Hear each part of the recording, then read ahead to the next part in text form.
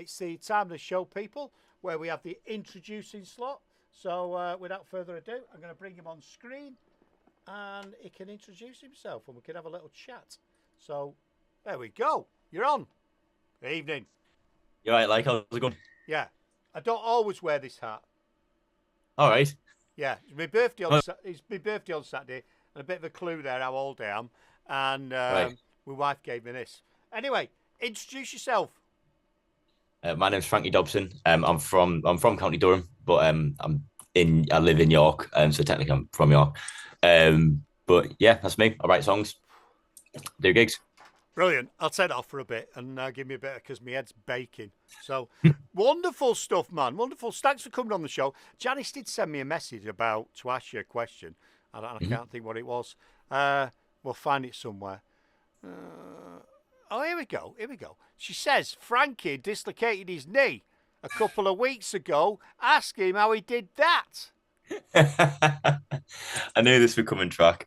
Um, yeah, so that I fell over on a night out, but it wasn't like I wasn't like really drunk or anything like that. It was like I'd gone out with a couple of mates because I'd had a bit of a stinker at work, and we walked into like a bit of a club, and I'd paid my entry, and I'd literally walked up to the bar, and slipped on a blue wet paper towel, and I hit the deck, and all my mates were like, going to go and help me up, and then I looked down and realized that my kneecap was like on the other side of my leg, so I was like, yeah, it Oh, was it was not favorable at all. So I'm relatively fine now. I can walk I can walk about without the big splint on and stuff like that. But yeah, there's a claim in there somewhere. So I'll where be yeah, where there's a blame, there's a claim. Oh, that's exactly. not, that is not nice. I've never done that, and I don't want to do that either. So No, you don't, because you don't realize it until you actually hit the ground.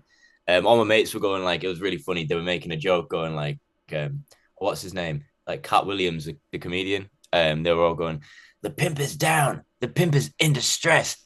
And I was like, yeah, no, the pimp is down. I looked at that one. Oh my god! I just one of my mates going like that. I was like, oh, this is clearly quite bad. So yeah, um, yeah, it wasn't good. Like, no, not at all, not at all. but So yeah, these things are sent to trials. So you live in York, but you're from County Durham. Is that what you said? yeah, I am. Yeah. Oh, what got you to move to York?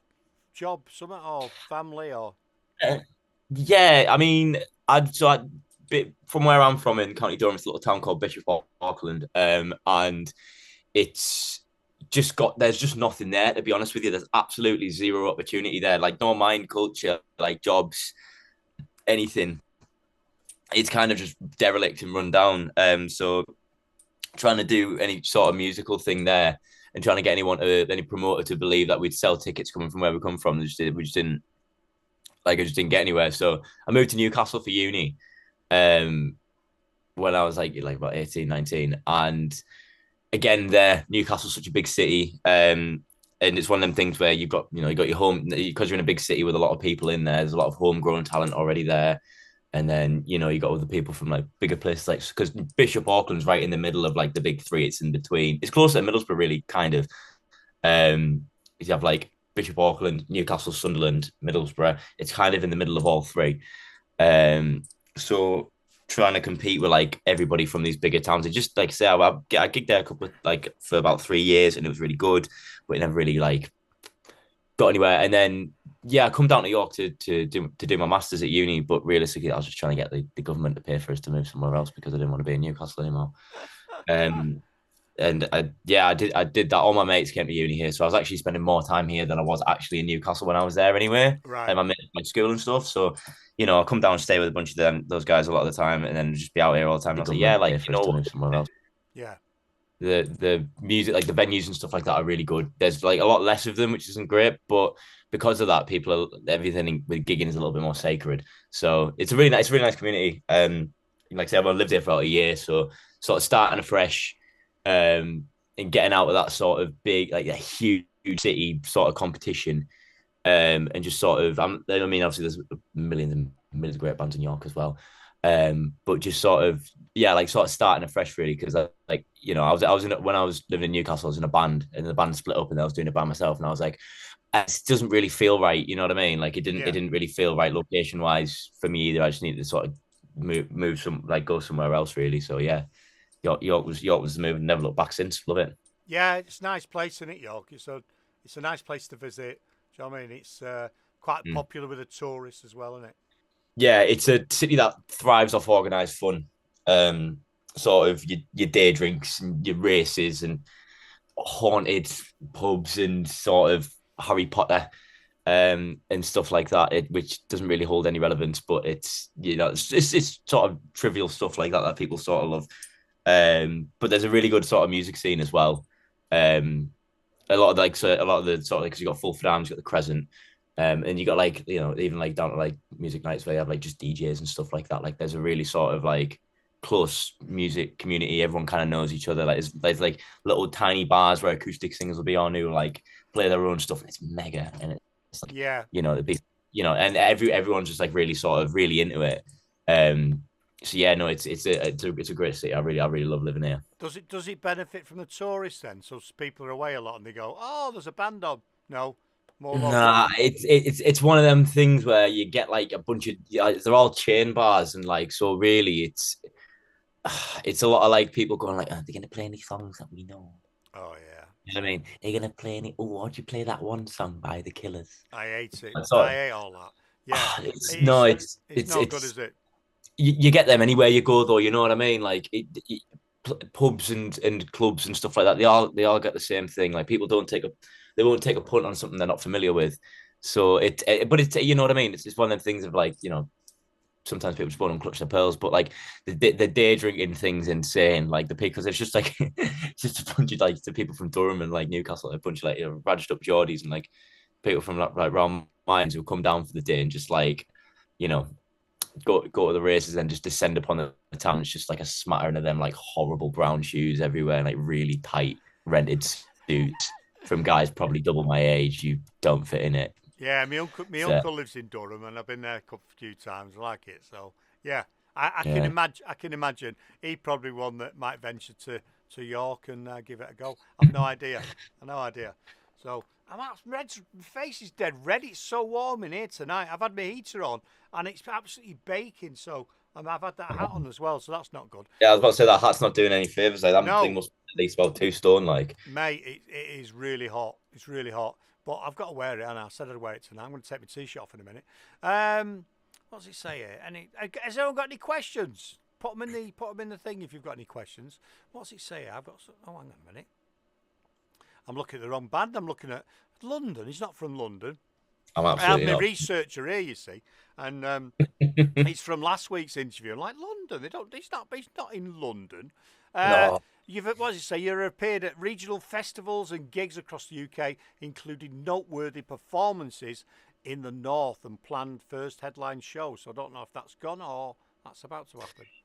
Yeah, so I had a headline show in November last year, which was like my first I've done a couple of headlines in the Northeast and stuff like that. Like there was a venue in Newcastle called Bobbix, which is that was my first ever headliner as a solo act. And that was like 60 cap. That was really good.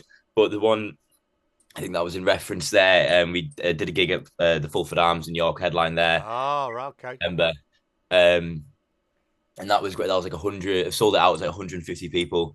It was really really good gig. But yeah, that was insane. That gig because we sort of like we had the promoter do it and stuff like that. But a lot of the because we announced it so early on in the year. It was like like everyone sort of is aware at the minute that like the market for buying gig tickets in the minute is like absolutely insane because the cost of living's a shambles.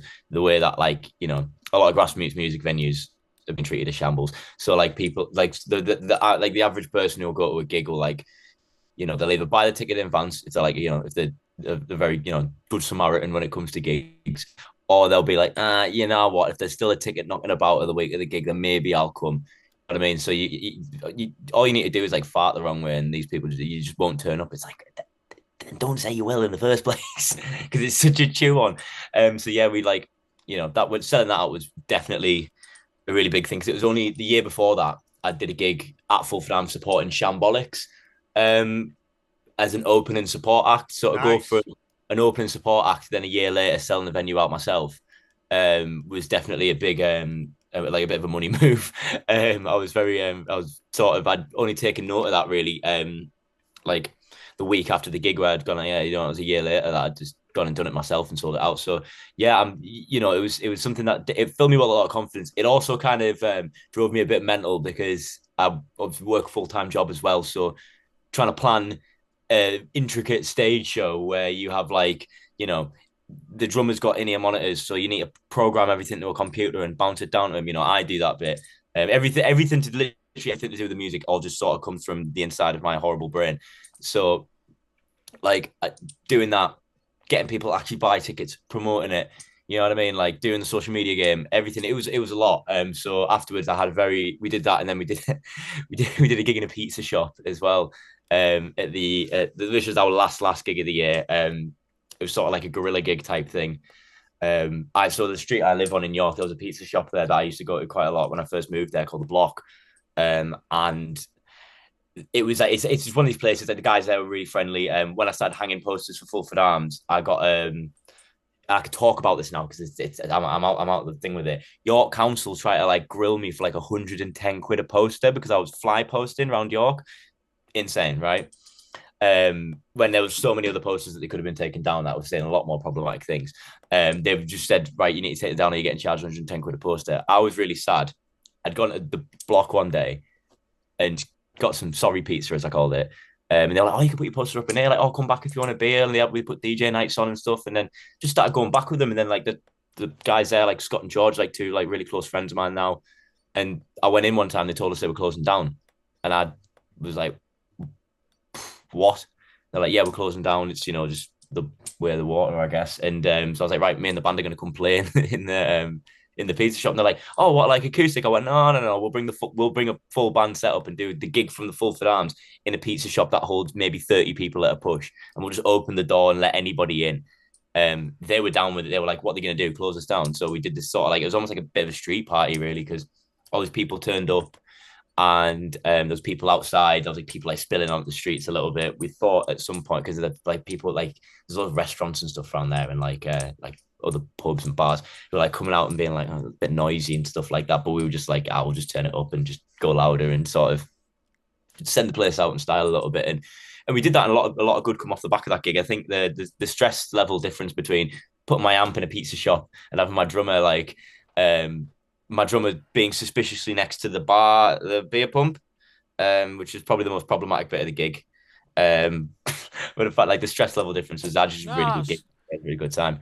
That's good. That's good to do stuff like that, isn't it? Because did they still close down or did they carry on? They still closed down. I mean, in my head, I was kind of hoping for a bit of like a Wayne's World moment where, like, he puts on the festival and everything's saved, and it's like we've got enough money to keep the pizza shop open. That's like that. Unfortunately, that Disney Channel sort of ending didn't get to us. But we would, we had a good gig, and we got we like I said, I don't really drink before I go on stage anymore. Just for my voice longevity, I need to keep it smart. So for that gig, we were like, you know what, like it's our last gig of the year. It's nothing serious. Everyone's gonna be really drunk. I get really drunk too. So we just did that, and it definitely showed it towards the back end of the set. My drummer apparently had an agreement with one of the guys behind the bar, going, "Every time I look at you, give me a pint." But he was like, literally, like my drummer could have leant over and like that, and we got to the back end. We finished the set, and Charlie my drummer come booling out from behind his drum kit, and we like they started to have to give out like all the pints in plastic cups, and we're like, oh, it's like, oh, we run out of glasses, we run out like 8 pint glasses.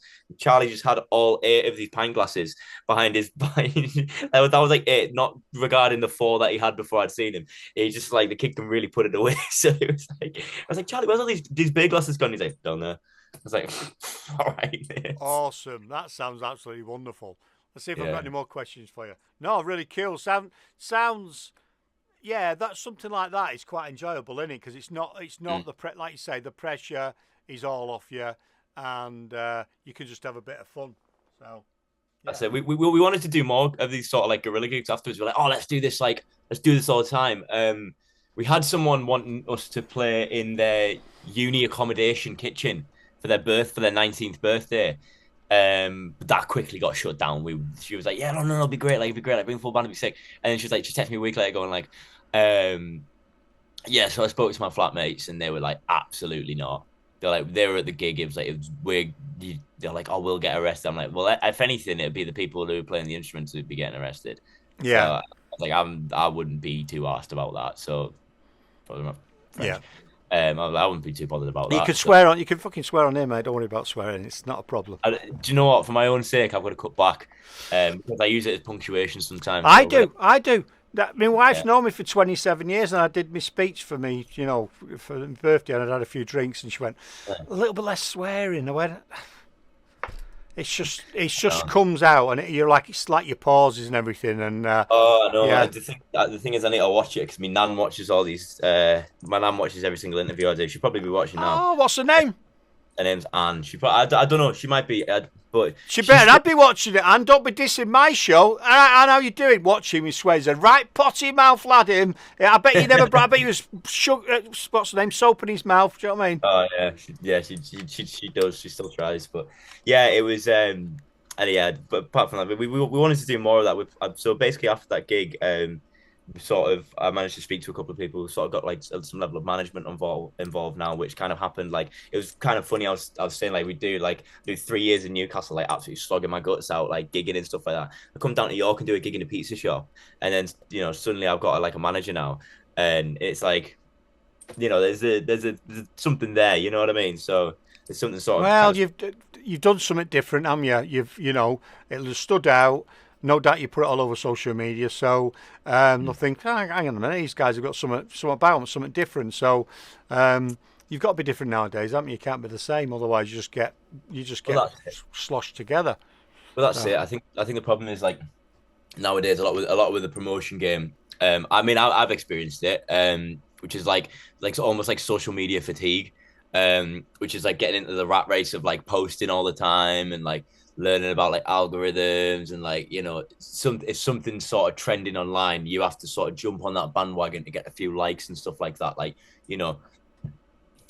yeah, like when there's a certain TV show out that has a song in that trends like Stranger Things, everyone goes and sings a Stranger Things song on TikTok and suddenly live. You know what I mean? It's like and that's sort of the nature of it. I mean, I've sort of reassessed the social media side of things because at one point I was like, you know what, I'm so sick of this. I'm not doing it because I'm not really like a big. I use social media. I use it for myself, and like I'll use it from that standpoint. And if I'm like, the most I'll ever use it is like sitting on the toilet, like yeah, that's it, But it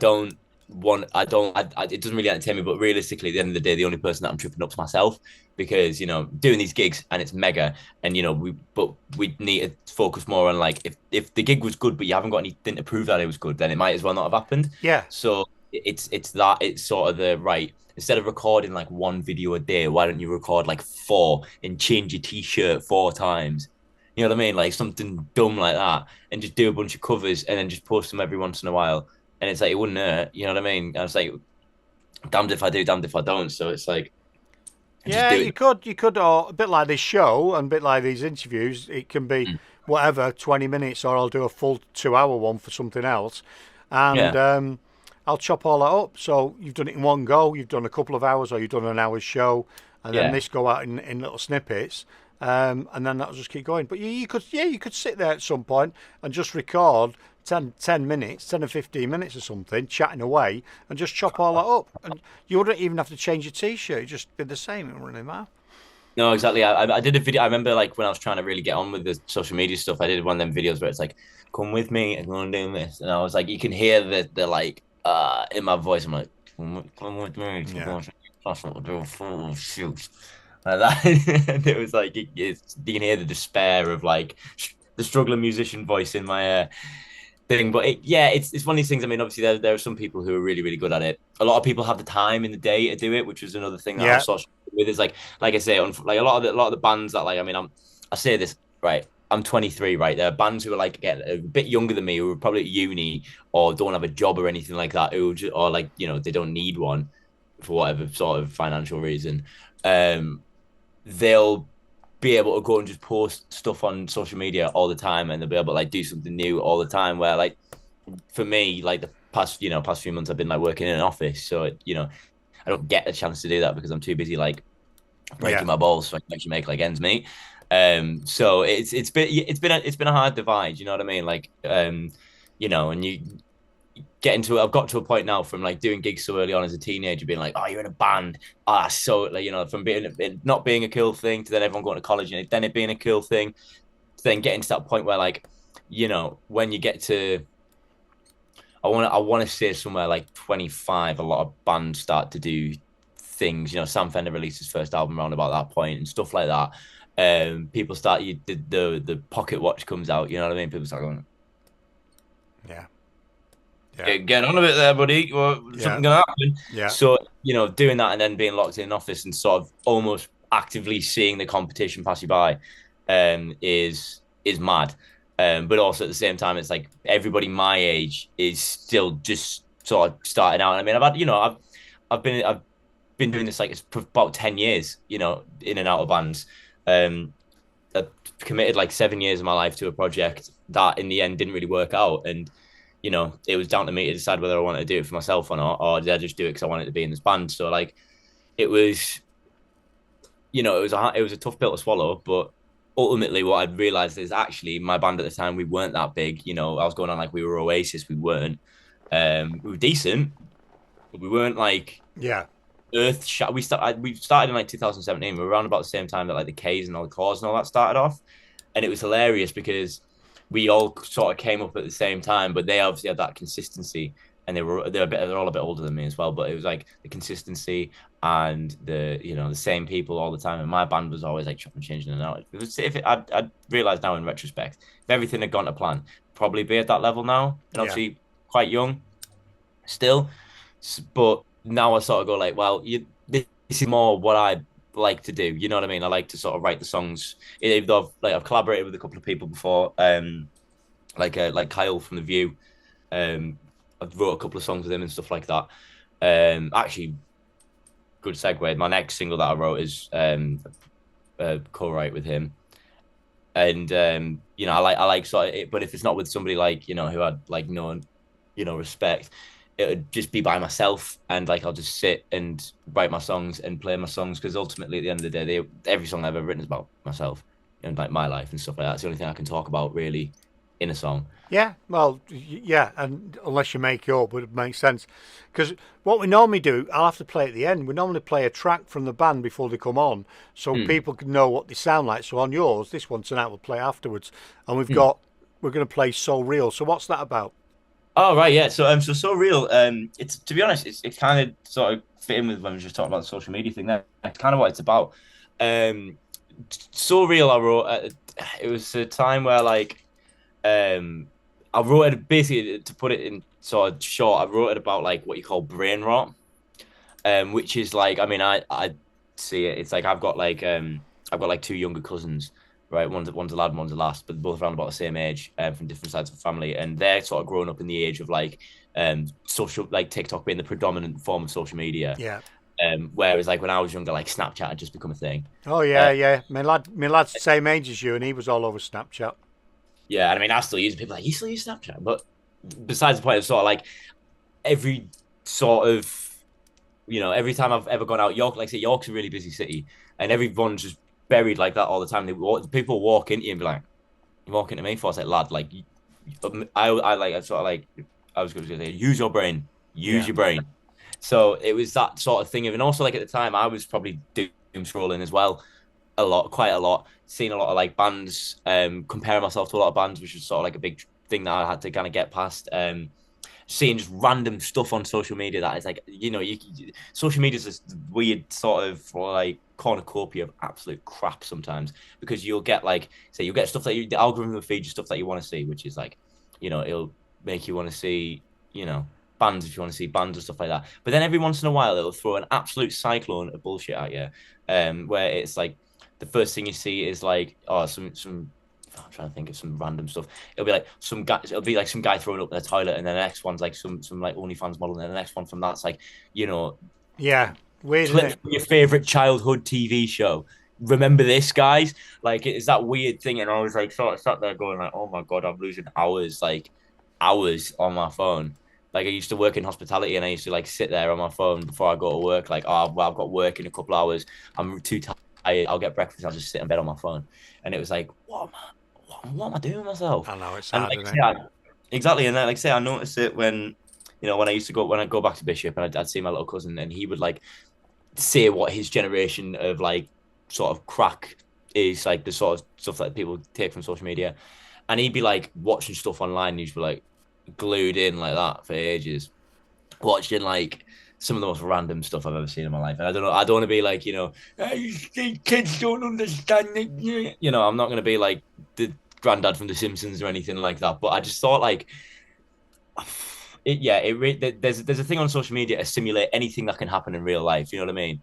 Like say, you don't have to go and climb a mountain yourself because somebody's already done it, but they've done it in like a much larger scale. And it was sort of, again, it was also sort of around the time that like the whole AI thing has started becoming a big thing. I mean, obviously it's been it's been around for ages, but like it's sort of like at that time where everything now everything's sort of become really chronically digital, and I Yeah, think and yeah, it's really frustrating stuff that comes on, and I think the I think same with music, the AI music. I think people will crave well, I think it might overload people not to watch it because you see it and you go, "This is AI, this is AI," and you just scroll past it. yeah, It's a tough one. It's a tough one. you just sort of like end up flooding your dope. Like this is what I mean. There's a lyric in that where it's like you're so deprived of dopamine, you'll run back to your screen just to see someone else outside. You know, Yeah, it's mad. I'm guilty for it. I use it all the time, but I got drawn into it because I'm trying to promote myself on certain yeah, things. And then you put a video on, next thing you scroll, and you can be there for ages, and you think, what am I doing here? yeah. I It's mean, hard. It's very addictive, and you can't. You know it is. You oh, know, some yeah, and there's strange like shit.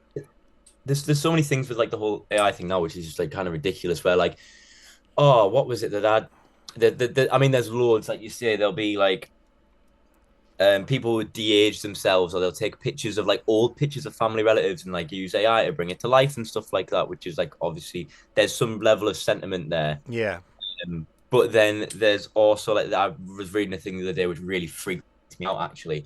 There was a girl online who'd been making AI generated pictures of her and then her favorite celebrity as like her boyfriend.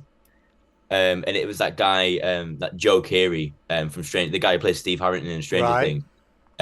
Also big fan of his music, sick, love it. I sort of getting it from that angle, but amazing guy. But anyway, she's been posting these pictures of like that. It looks so realistic. It's like them two on dates, like them two in bed together, like them two like cuddling, and like one where it's like she looked like she'd had a baby, and it was like this is a person, like this is an actual bloke. You know what I mean? Like, could you imagine like waking up, you're on tour one time, and there's this, you It's know what I mad. mean? You don't know. Or like photoshopping, you know what I mean? That's strange. You know what I mean? That's Yeah, really that's a bit strange. almost stalking, that, isn't it, with her? Yeah, exactly. And it's like, but like this is the thing with the internet, you can get away with murder. Like it's and the way that every information is always like received, and like there's a lot of people know that take advantage of it and take advantage of people who are on social media who are probably a little bit vulnerable to what's going on at the time. You know what I mean? Like, Mm. you get older people who don't exactly know what's going on because you can't trust Facebook, you can't trust the newspapers, they don't trust any sort of like level of politician. So they just sort of, but again, like everybody else, they'll just sit on their phone because it's sort of routine. You know what I mean? For someone who's got a lot of time on their hands to sometimes waste it. Yeah. And then you get people coming out with all sorts of mental stuff all the time. And it's sometimes you have to, like, I've got myself in conversations with people before. I go, do you hear yourself? You sound mental. Like, this is insane. Like, or you get like the conspiracy theorists who think that like 5G and tinfoil hats are all going to solve all problems. It's like, oh mate, like do you hear yourself? Yeah. Like and that to me was sort of like what Surreal was about really, which was like kind of everybody being a bit zombified, everybody sort of they can't, not like you need to get a grip, but it's almost like you're wasting so much time on like this sort of artificial interaction, and everybody's a victim to it. Nobody's safe. Yeah. Yeah. Definitely. Definitely. And that's the problem. And I think it will continue to be a problem um until they stop making money off it, which they'll never stop making money off it. So it's always going to be a problem. You know what I mean? It's like it's the Skynet theory or whatever you call it. You know what I mean? this would. Mate, like honestly, watch any sort of sci-fi movie with robots in it, and you tell me that AI is a good thing, right? Arnold Schwarzenegger's got a full career off it, mate. I know, He's mate. got It's coming. It's coming, and he's got 2 good movies that talk about how bad AI, and then 5 really bad movies to try and reboot the franchise, right? yeah. Come on, it's Definitely coming our way soon, and it's going to be a very interesting time over the next 20 years or something. It's going to be insane, yeah. really. So, Yeah. well, we've rattled on for a bit. Have you got any gigs coming up? Anyone needs to know about? Yeah. So I've got a gig on. Yeah, sorry, I just went into like an absolute. I Oh, went. that's fine. That's what it's all about, mate. If you want to just wax lyrical about stuff, your nan's probably gone and done a brew or something while she's like, "What's he talking about here?" He's going on about that again. So I do have a gig in Mexborough in a couple of weeks. All right. So I'm sorry. That's near Doncaster, isn't it? Yeah, it is. Yeah, so I'm going to get my itinerary list so I don't forget because I'm a numpty like that. So I've got a gig in. That gig in Mexborough is wherever. Yeah, it's so it's the 9th of February, which is a Monday. I'm supporting Kyle from The View. Oh, nice.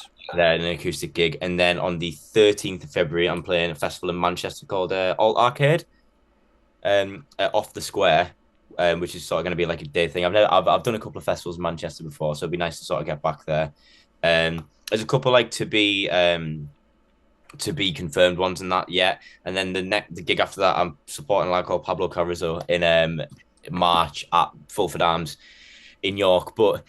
Yeah, I mean, there's going to be a lot of gigs as well. I mean, I've got a few gigs that are sort of relatively confirmed. I can't say kind of yet on. I'm not going to be one of these big things coming, guys, but I am really excited about them. There's definitely another headliner in the works for the end of the year, which is going to be, it's going to be.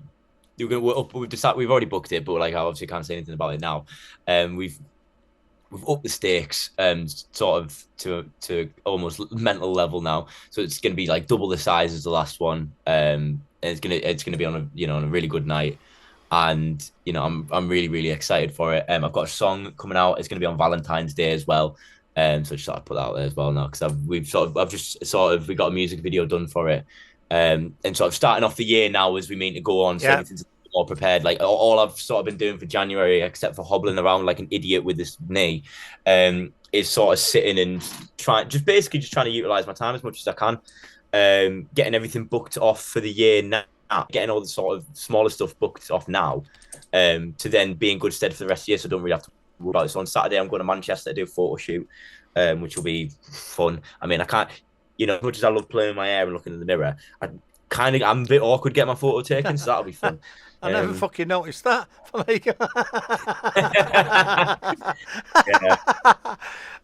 play with mine. So you got to stop it, man. Mine was like yours. Look at it now, bald as a badger.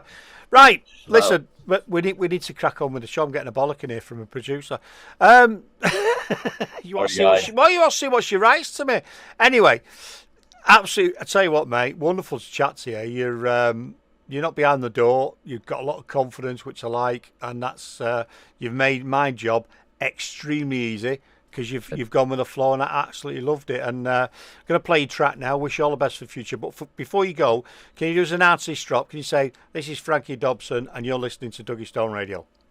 So what was that? I forgot that. What was that last bit there? Just completely. Say your name, and you're listening to Duggys Atomic Radio. Dougie Storm. Dougie Stone. Dougie Stone. Yeah. My name's Frankie Dobson, and you're listening to Dougie Stone Radio. Perfect, man. Right, I'm going to play your track now. I'm going to let you get on with your evening. And, good evening. Get yourself sorted. Say hi to your nan for us as well. Will do.